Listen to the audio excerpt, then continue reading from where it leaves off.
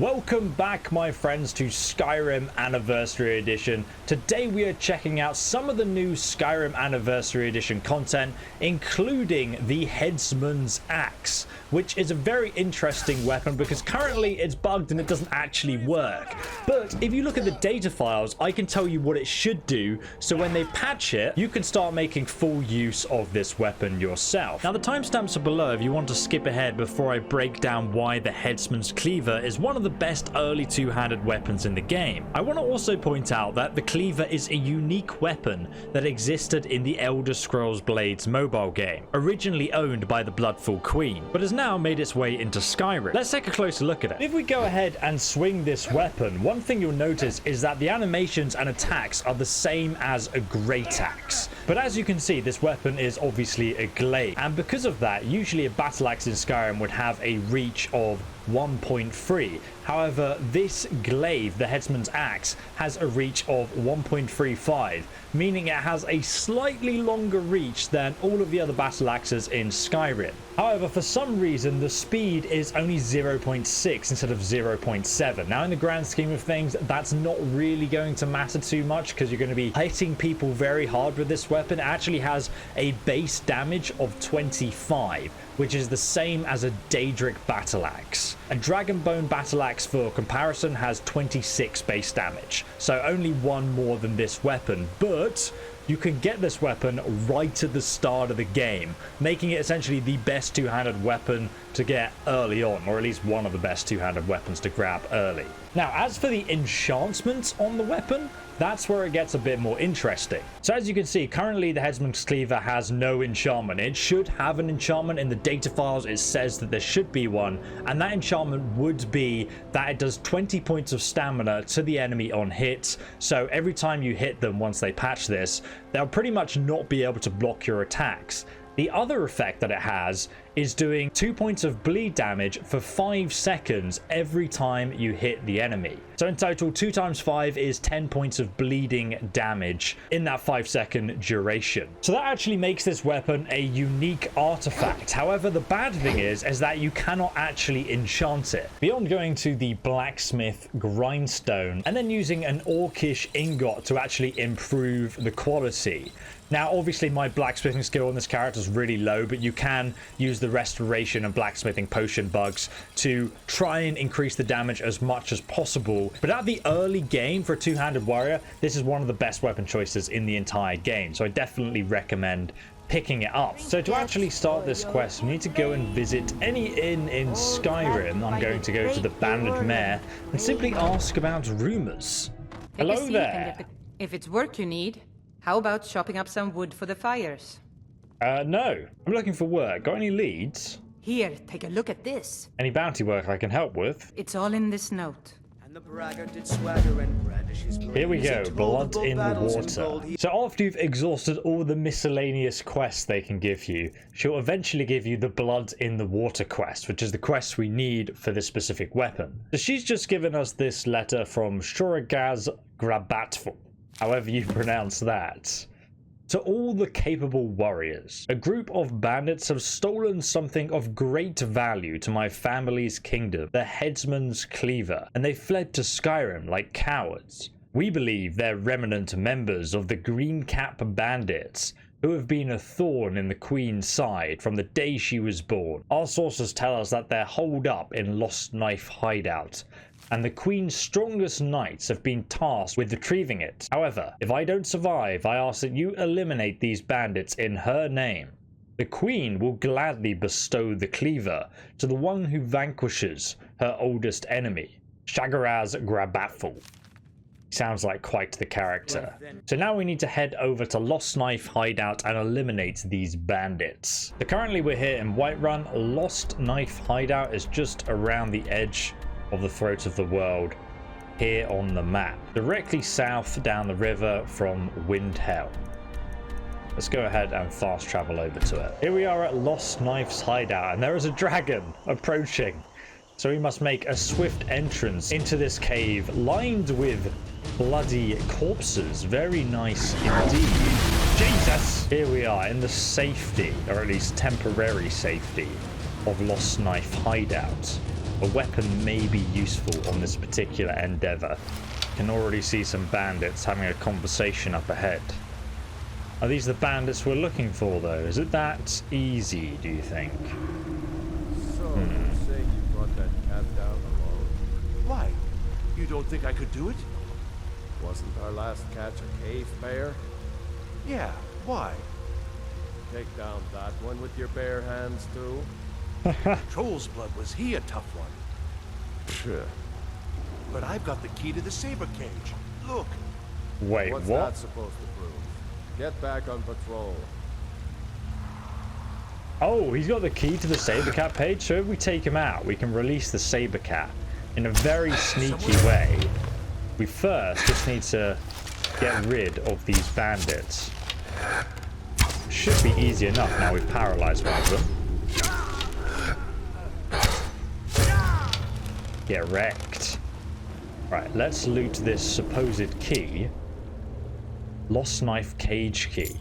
And then we can release the saber cat and see how that goes for these pesky bandits.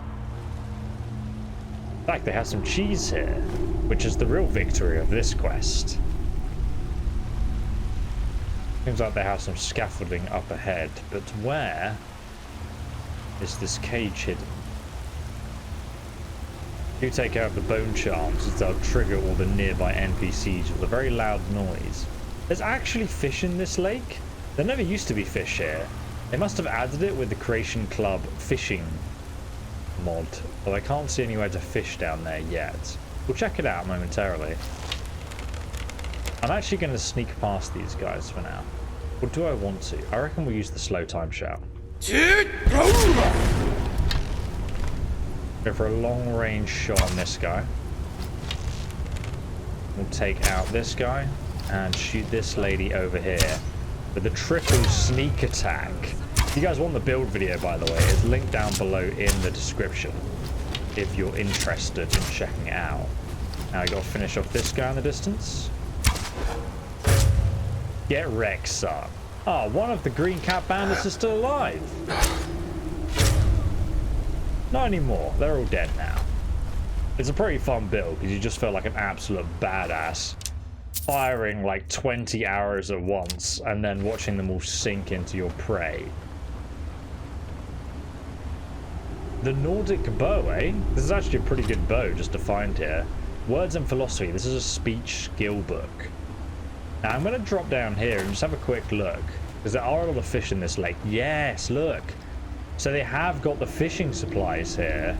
There's also Chance's Folly. I can use these fishing supplies if I had a fishing rod. Doesn't appear to be one nearby. Just a dead bandit. So these are the unique green cat bandits that I assume are in the Elder Scrolls Blades, but I don't play the mobile game, sadly. I just don't like games with timers on that require you to like wait 3 hours to progress by opening a chest or pay money, you know. That's not my kind of gameplay that I enjoy. I like to buy a game and play the whole thing. But sadly, that's kind of like what the Elder Scrolls Blades is like. Let me know if it's changed, though. Oh, goodness me. You know, I guess if I ran past this trip mine, it would have hit me, but luckily we're quite safe. Now, there was actually another secret exit out of here, which I do want to show you via the lake. But we'll show you that later. There's two bandits up here, and the cave goes on even further. So let's go and take out these bandits. Green Cat bandits, were they here before? Or were they added by this mod? I mean, they're just normal bandits in reality, but with a name. Well, it looks like he took a tumble over the edge. But we can still loot him because his bow's here, which is nice.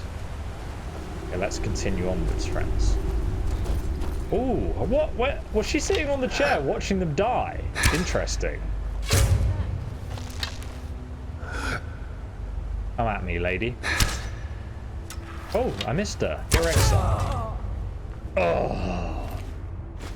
2 lockpicks. Just in case we can't open the... Oh. Hello. You cannot detect me because I am playing a stealth archer. Yeah, you got steel braces as well. Okay. So this was actually a little lookout post for watching anyone approaching. Sadly, for them, it didn't really work out. Now we have a little bit of treasure at the end here. Nothing that useful to me. Apart from maybe the basket. Can have some fun with this later. And now we need to backtrack up the stairs here, past these stone traps, and onwards. Now everyone back there is taken out. Further into Lost Knife Hideout. Okay, see what we have here. The boss is at it again. Why? What's he doing now? He's on one of his drunk rants again. Except this time he's challenging everyone to a duel over in the hold. We've got him locked in there now, but he's still challenging anyone that looks crooked at him. Someone should let that cat loose. That'd shut him up real quick. Hey, don't say that too loud. You don't want it getting back to him. I think we could definitely do exactly what they've suggested, since we now have the cat key and we know where the boss is. We can teach him a lesson. After we take out these bandits, of course. Look at them all standing up. I think that first arrow actually missed him. That one's missed him as well. Do not fear. I will guess them. With my ridiculous archery stealth. Witchcraft. That's the only thing for it. Witchcraft. Get wrecked, son. Oh. Piercing the ribs. 126 gold. These are where the wealthy bandits were staying then, I guess. And a garnet. Very nice.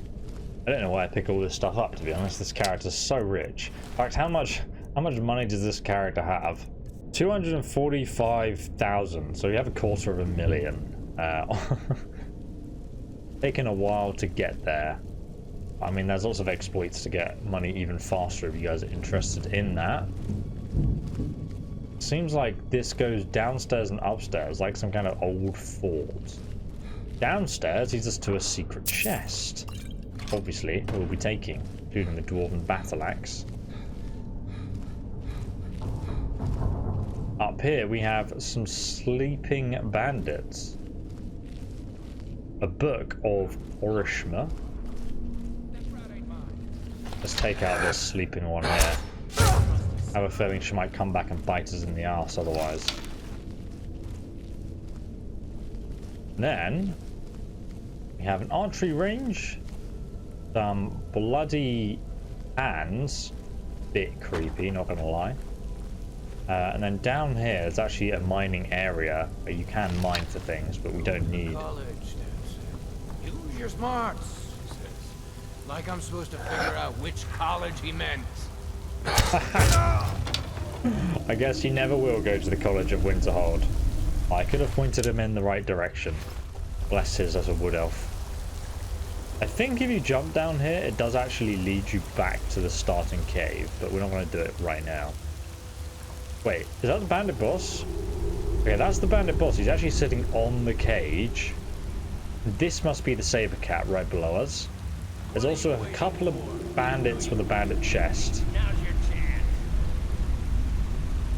And this is actually a fighting arena that's hidden here. Sadly, it's not one we can partake in. I think if you come here early enough, you can actually see them fighting it out. So let's release the saber cat down here and watch the chaos ensue. Since we have the keys. Send two, I don't care. Would be an expert lock otherwise. Oh, get wrecked, son. Nature is scary, bro. Look at that. Okay, they're already dead. Oh, this hasn't gone well.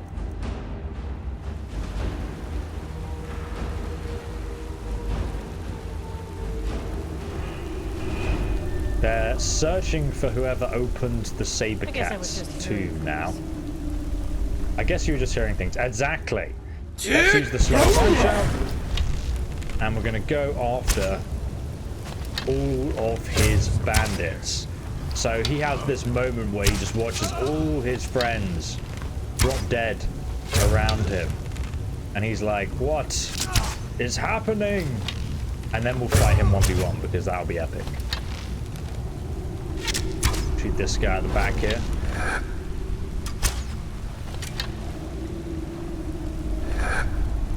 Keep missing it. Aha. It's nothing. How about this one? That was something. Can I hit a moving target? That is the question. So this is the Dark Water Snake boss, apparently. Shagoz's Journal. I have long suspected the Dark Water Snake is my older brother, Urzog. The fact that he would take on that moniker made it all the more obvious. It may be that the same poison that ran in his grandfather's blood is what made him betray us. Are we doomed to repeat the mistakes of our ancestors? Sometimes I wonder. And it seems like he's here in prison robes and dead. There's another character just here, the Dark Water Snake. Oh no, this is just a green cap bandit, not the main enemy. Interestingly, after we killed this guy, there's a clearing noise, which would mean we have killed everyone in the dungeon, but we haven't, because the main boss is still here. So, in the fighting arena, where is he? Here he is. Let's go and get his attention. Time to end this little game. We are playing on expert, but he's quite squishy. Let's turn up the difficulty and do this again. We need a proper battle. Let's put it on legendary difficulty. Here we go. 1v1 me, bro. Never should have come here. Never should have come here.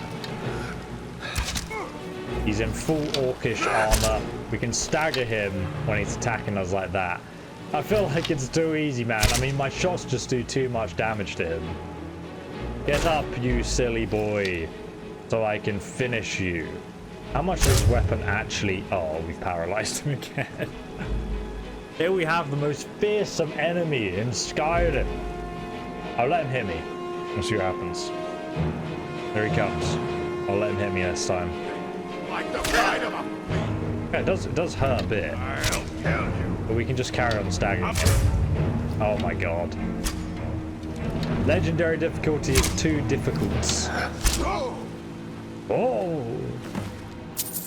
Ah, Urzog's Journal. I've always beaten my little brother in everything. Cards, I had better hands. Brawls, likewise. When we raced up the ramparts of the old castle, I would always be the first to reach the peak. Mother said the difference between myself and my brother was that he was a perfectionist and I was a conqueror. She said I wanted to beat him at everything, and it drove me to become a great warrior. But my brother didn't care for competition. As a perfectionist, he simply wanted to sharpen his skill and would work with others who he thought would better himself. Mother said that's why he would make the better ruler. My brother would forever try to improve our standing, whereas I was content being better than the next man. Well, little did she know, the next man was him. I'm going to enjoy killing you, little brother. Grandfather's venom may have failed to reach Mother's veins, but it will reach her heart. Jesus. So that's now his brother's journal makes sense. It didn't really make a lot of sense to me the first time I read it, but damn. And here we have the Headman's Cleaver. There's 27 damage. It's also worth 2,900 gold, meaning its value is insane. And it seems like the reach of this weapon is actually a bit bigger because of the size of the glaive head at the end there. We'll have a proper look at the stats in a moment, but let's quickly get out of this dungeon. So as you can see, we follow the river outwards, and now we can drop down into the cave below. But before we do, Is someone there? there's some bandit marauders to take out. Oh god, they killed me instantly because I'm on legendary difficulty using a two-handed axe, which I'm not efficient in. Is someone there? Not anymore. Must have been the wind. Let's get out our Nordic bow that we found. I want to show you guys something else before the end. This has a lot slower draw speed than the other weapon. However, it's looks like he just tripped over his companion there. Quite funny. Where'd she go? Oh, she fell down. Rip. Give me the kill cam. Come on. Oh! I don't even know where that bow went, but it yeeted out of her hand there. And there's some health potions here. So these are the bedrolls where they sleep, and you can dive into the waters below. And just over here, you run down, you can easily just drop back to the entrance, essentially. But before we do, we actually want to jump into this cave below us. We can actually harvest these fish by hands. Like, there's a dire fish here, and a tripod spinderfish. The rarer fish in Skyrim that have been added to the game. In this secret underwater cave, though, we will find another treasure chest with a scaled horn armor and a chest with Imperialite helmet, lockpicks, and a scroll of mayhem. Scrolls of mayhem are always good fun to cast in the middle of towns, by the way, if you haven't tried it. So as you can see, the scaled horn armor is actually one that you see some hunters and NPCs wearing, but now we can actually put it on ourselves. I think that's a dead goat. It's like taxidermy gone wrong, though. Look at those goat eyes. They look so weird. The Headsman's Cleaver definitely looks like an orcish weapon that has seen a lot of combat, as you can see from the details in it. So let me know what you guys think of this weapon, the Headsman's Cleaver. I thought the quest was okay. Obviously, I haven't played the Elder Scrolls Blades, so the nostalgia side of things wasn't there for me. But if you have played the Elder Scrolls Blades, was this like a cool throwback quest for you guys? I know that the Elder Scrolls Blades is canon, so it's going to be interesting to see if they add any other content from that game into future Elder Scrolls games even. But if you guys want a review of all of the other Creation Club content in the Elder Scrolls Anniversary Edition, check out my other video linked down below in the description to see my thoughts on each one. I'll see you in the next one. Goodbye.